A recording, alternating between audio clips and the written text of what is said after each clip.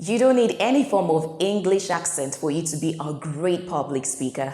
What you need is clear articulation, which means the people should be able to hear you well.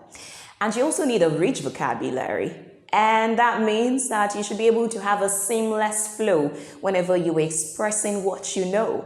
Because if the gap between what you know and how well you're able to articulate it is like the point difference between Liverpool and Manchester United on the Premier League table, there will be a problem. So this is something I advise. Get a vocabulary journal.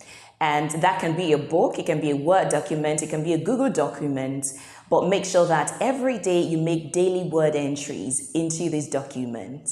Also, it can be maybe expressions or phrases, but just those things that form your arsenal of words and allow you to express yourself from time to time. But there is something. We have what we call passive vocabulary and active vocabulary, which means that there are times you know so many words, but you don't use them. In fact, there is some sort of wizardry that in writing, there are some people who have rich vocabulary, but when it comes to speaking, they totally forget them. So what you can do is daily dig into this bank of words and deliberately use them.